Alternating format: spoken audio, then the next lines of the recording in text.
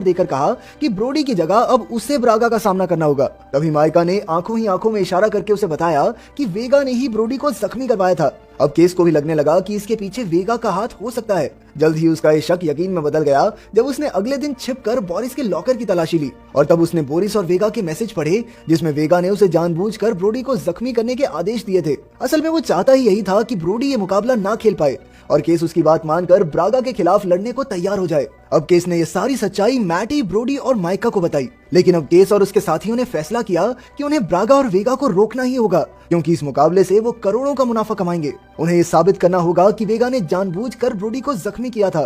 इसके बाद केस ने ब्रागा के खिलाफ होने वाले मुकाबले के लिए जमकर तैयारी शुरू कर दी। जल्द ही मुकाबले की रात भी आ गई और अब तक माइका केस की गर्लफ्रेंड बन चुकी थी। उसने वेगा को अपना इस्तीफा दिया और कहा कि वो अब से उसके लिए काम नहीं करेगी। केस और ब्रागा का मुकाबला देखने के लिए लोगों में जबरदस्त जोश था। यहाँ तक कि थाईलैंड का सबसे मशहूर मार्शल आर्ट्स एक्टर टोनी जा भी ये मुकाबला देखने पहुंचा। वो केस के फाइटिंग स्टाइल का काफी बड़ा फैन था। उधर मुकाबले से पहले केस और ब्रोडी लॉकर रूम में बातचीत कर रहे थे कि अचानक केस को एक आइडिया सूझा जिससे वो वेगा का सच सबके सामने ला सकते हैं। अब वो सीधा बाहर निकला और रिंग में जाने से पहले ही ब्रागा को अनाप शनाप बोलकर उससे लड़ने लगा। इससे ब्रागा गुस्से में आग बबूला हो गया और उसने तभी केस पर हमला शुरू कर दिया। कुछ ही पलों में उनके बीच जबरदस्त लड़ाई शुरू हो गई और दोनों रिंग के बाहर ही मुकाबला करने लगे। चारों ओर से दर्शक और मीडिया वाले ये मुकाबला देख रहे थे। तभी ब्रागा ने केस को उठाकर एक कोने में पटक दिया और उस पर जानलेवा वार करने लगा, लेकिन केस ने हिम्मत नहीं हारी और एक बार फिर उठ खड़ा हुआ। अब उसने एक खास कराटे टेक्निक का इस्तेमाल किया जो उसने कई साल पहले सीखी थी। उसने एक ही वार में ब्रागा की हड्डियां तोड़ डाली